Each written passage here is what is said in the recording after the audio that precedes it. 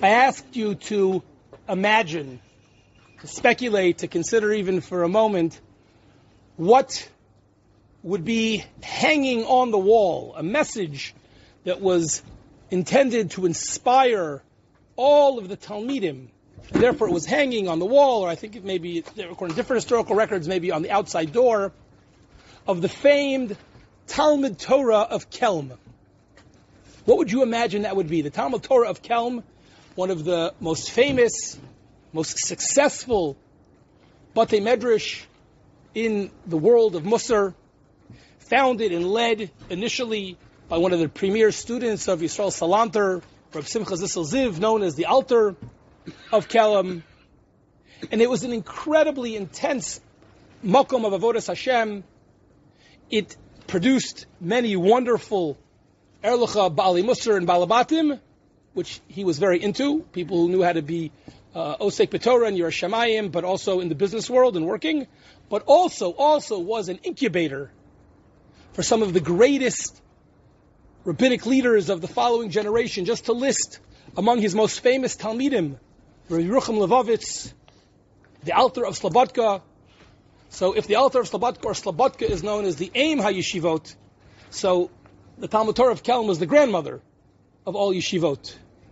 Rav Ruvain Dessler, the father of Rabbi Eliyahu Dessler. This was an intense, serious place.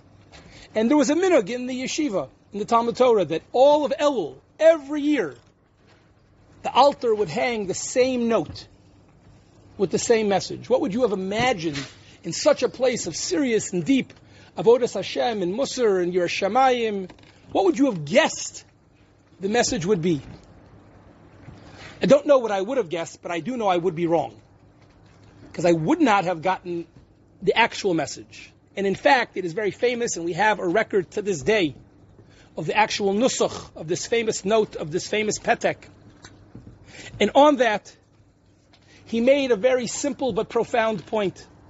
If the essence of Elul leading up to Rosh Hashanah is Malchius, of coronating Hashem as the Melech Malchei Hamlochim, the King of the world, so said the Alter, Ukasher nisbonein al tokef kiyum hamalucha shel basar v'dam, hu rak kish'avodav kulam ki'ish echad lavodas hamelech, zehu kiyum hamalchus.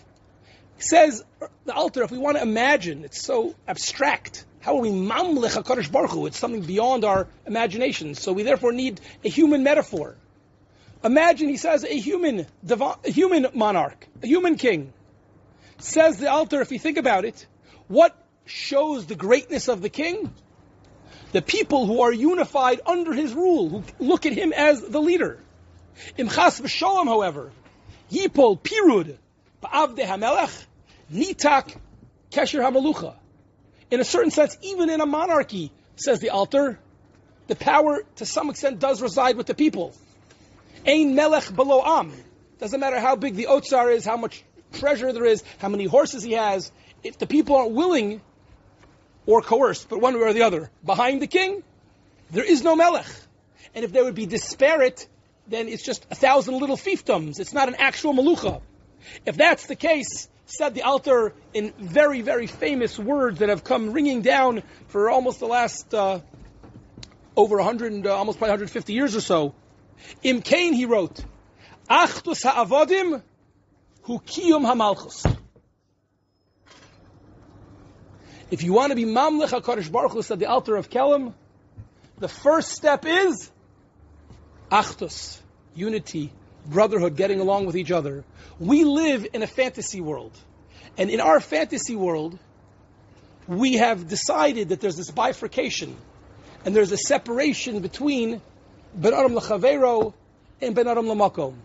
Halavai, we're good at both. But we still see them as separate things. There's being from, and there's being a good person. And some people pay lip service to both. Some people genuinely are makbid on both. But rare is the person who understands that fundamentally there's no division at all. Because if you truly love HaKadosh Baruch Hu, if you truly realize that He's the Melech, then the greatest thing you can do for Him, says the Alter of Kelm, is Achtos Ha'avadim. There should be Achtos among the Jewish people. When we get along with each other, what we call Ben Adam L'Chaveiro, it's a kiyum in Ben Adam L'Makom. It's the greatest kiyum. And said the Alter, I won't read it all inside now, but he continues and he says, therefore, what kind of chutzpah would it be, he says, to stand there on Rosh Hashanah, on the Yom Narayim, and proclaim that Hashem is Hamelech and all the different things that we say, and meanwhile you don't get along with the person in the row behind you. You don't even know the name of the guy in the row in front of you. What kind of Melech is that? What kind of people is that? And therefore we have to realize that, of course, there's so many other layers of our avoda in Aseres Yom Tshuva, in Elul, and Rosh Hashanah, Yom Kippur, and Yom Narayim. But first and foremost has to begin a process of recommitment, of rededication, of fellowship, of friendship, of achdus with each other. I think it goes more than that as well. We're all praying, hoping, dreaming for a good Gzar Din. Some of us have had wonderful, successful, blessed years. Some of us have had average years, and some of us have had years in this past in which we've struggled. But everyone understands that whatever last year was, there's no guarantee that next year will be as good, let alone better. And therefore each year, I spoke about this, I think the first year of the shul, that each year is a certain Tchias HaMeisim. We have to be reborn. We start from scratch each year. And we live in a generation, I would say for better or for worse, but it's basically for worse, that runs after Segulas. And in that context, we all understand that what Segulas means are shortcuts. We run after shortcuts. If there's a Segulah in the Gemara, if there's a Segulah in the Rishonim, that's not a shortcut. But most of the stuff that's fashionable now, you will not find too many sources for it. You will find a link on how to donate, but you will not necessarily find an actual source for it. So what is an actual Segulah? Not in the sense of a shortcut, but something that we can do which can maximize our odds for a successful and a positive Gzar Din. And the answer is there's more than one thing. I'm not going to pretend that there's only one message. But the one that speaks to me now, consistent with the message that we began with, consistent with the purpose of this whole gathering, consistent with us thinking about one of our friends and our neighbors who's going through such a difficult time now, is a Segulah that is mentioned by a number of Gedolei Yisrael, people who are not obscure names you never heard of, that there's a Maisala and you have to have a Emunas Chachamim to believe in the Maisala, but people who are known as, from the Balei Masorah, in Halacha, not just in Machshava. I'll give you just two examples. The Shev Shmaitza, it's Elul Zman. The guys have gone back to Yeshiva, Baruch Hashem, many in our own community. The Shev Shmaitza, one of the greatest of Lomdash Svarim. In the Hakdama, who reads Hakdamas? You should. That's where the gold is. In the Hakdama to the Shev Shmaitza, he quotes from a great Italian darshan, Re Muscato. Yes, the same Muscato that the wine company takes from. It's a city in Italy. And Re Muscato is known as one of the great darshanim of that generation, who pointed out something very interesting. We say in general that there's an idea of bittul barov. That's a huge part of Shev Shmaitza for those who've learned it. But we also say in the context of Yom Narayim, in judgment, that we are nidon based on rov of our actions. The community is judged based on the rov. Are there more veros or more mitzvos? Ad kedei kach, the Chazal say, and the Rambam quotes it, that we judge the whole world. Is the world rubo zchuyos or rubo chovos?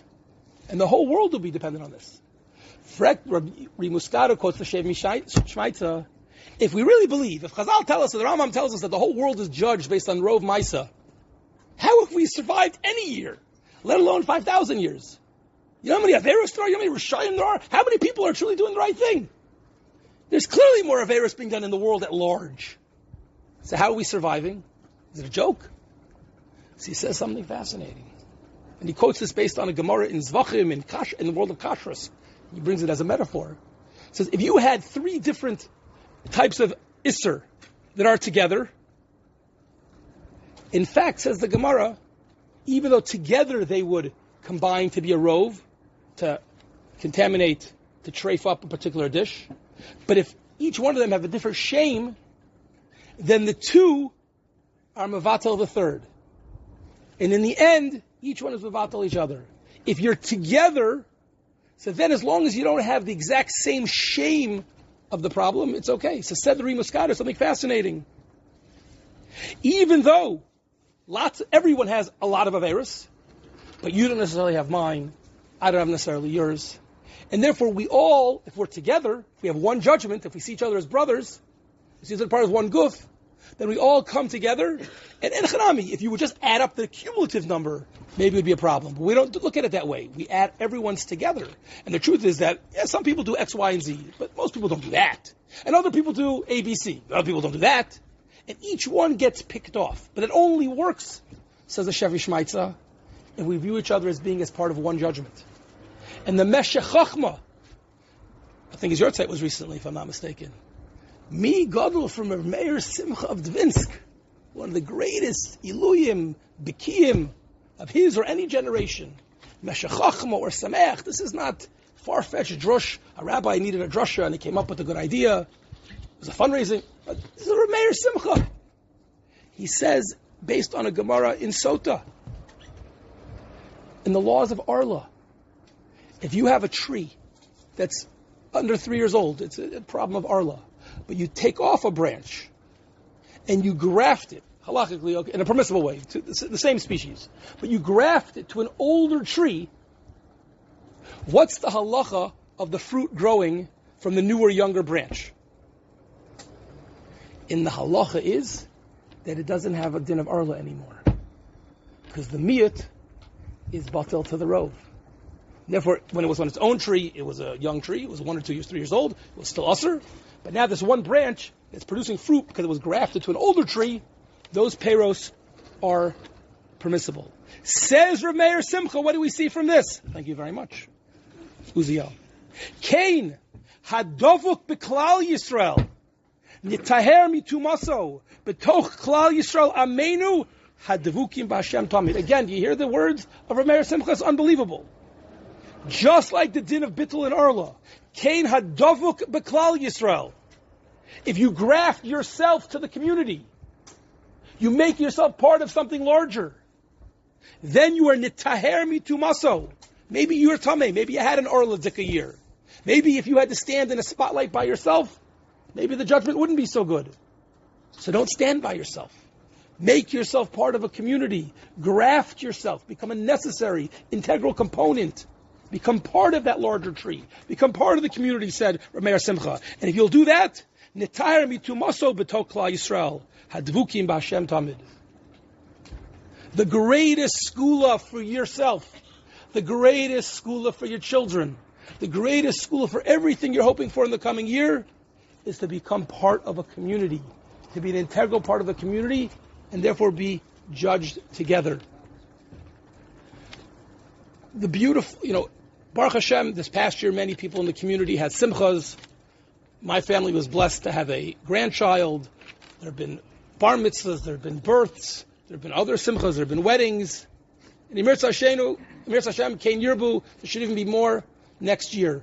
And we all know at any time, whether we had a simcha particularly this past year or not, but there's no simcha if you can't share it with friends, if you can't share it in a community. If that's true in the good times, it is al achas kama v'kama true lo aleinu when we're going through tzaras. To go through something alone can be backbreaking. But when you're part of a community, then you're not alone. And people who are genuinely feeling imo anochi b'tzaru, who feel each other's pain, neighbors, friends, fellow maspalim in a shul, that is the greatest nachama and the greatest chizuk you can give someone. And we've mentioned that we've come together today, in general, to be mechazik ourselves on this notion. And unfortunately, after we planned this event, one of our dearest friends and one of the organizers of the event, his mother is really fighting for her life right now. And aside from davening for her, which we should all do because we care about him and we care about her, we care about every fellow Jew, but we have to feel for the whole family. We have to feel for the children, the grandchildren, everybody. There are friends, there are neighbors. They're part of our community. And I'll just end with the following idea, which has always been so resonant and so powerful to me, and I think it should be a lesson for all of us, and I hope in Mirza Hashem it should be a Segulah and a bracha for a schus refuah shlema for Zev's mother. We all know that one of the Achilles heels of the Jewish people is Tachnun. The only thing worse than Tachnun is Monday, Thursday Tachnun. I happen to think that Tachnun is beautiful, but I'm aware that I'm in the minority. And if you look at the words, Monday, Thursday Tachnun is particularly beautiful. So if we'll just have some suspension of disbelief and we'll all pretend that we love Tachnun, so we know that on those days of Monday and Thursday, Kriyas HaTorah, at the end of the Kriyas HaTorah, we add special Yehi Ratzon. We ask for all sorts of things. Yehi Ratzon, we ask, Lahashiv es shchirasa b'meheira, L'rachmim aleinu v'al pleit aseinu, Yehi Ratzon l'kayim banu chachmei Yisrael, Yehi Ratzon b'suras tovos, Yeshuos, v'nechabos, v'kabis indachenu. We're asking for Allah get the and all the things we want. Yehi Ratzon Hashem, please let it be. Yehi Ratzon, let it be. Yehi Ratzon, let it be. Then what happens? We all come together, we say Achenu. But in Achenu, we're also asking, Hashem, Yerachem Aleinu, and take us. Mitzara l'Ravacha, Mefela l'Ora, Mishiba l'Geula. Years ago, I heard a powerful Shaila in the name of Rav Shach. What happened to all the Yiratzons? It's polite, it's etiquette, it's appropriate, it's the paradigm. You're asking a Kadosh Baruch Hu for something, please, Yiratzon. And we did that a second ago. A second ago, we said please after each one. All of a sudden, now we get together and now we're just a chazer. We ask, no derech eretz, just please. Nefel yora, shiba lagula. What happened to the Yiratzons? Said Rav Shach, if you start with Achenu, das is the gresta Yehi Ratzon. If we're truly brothers, if we're truly Achenu, when Hashem sees that, his heart's already been melted. The key to his heart has already opened it. But we, as individuals, please Hashem, Yehi Ratzon, Yehi Ratzon, Yehi Ratzon. But when we're Achenu, when we come together, that is the Yehi Ratzon. What parent doesn't want, is one of the greatest dreams of every parent, is his or her children should get along. Avinu Shebashamayim is no different. So this is the time of year, especially, we're all looking for Segulahs, just have to know where to look for the right ones. As a community, we turn left, we turn right. We know people are struggling, each in their own way. As if we needed it, Nebuch, there's a particular crisis now that we're all sensitive to. Let's try to internalize these messages. The Talmud Torah of Kelm, of being mechaber ourselves to the greater good, to be mevatel our own inadequacies. And if we'll come together as achenu, as true brothers and sisters, that should be the greatest schus for Zev's mother. She should have a refuah shlema. And for all of us, for our children in good health, success in their learning and their studies this year, for ourselves and our parnasa, our own Yer Shamayim, our own Shalom Bayis, all the things that make life worth living and that are never as easy as we might have thought when we were younger. And hopefully this year, as we come together, it should be a Segulah and a schus for all of us individually and as a kehillah with hopefully only bigger, better, and brighter future ahead.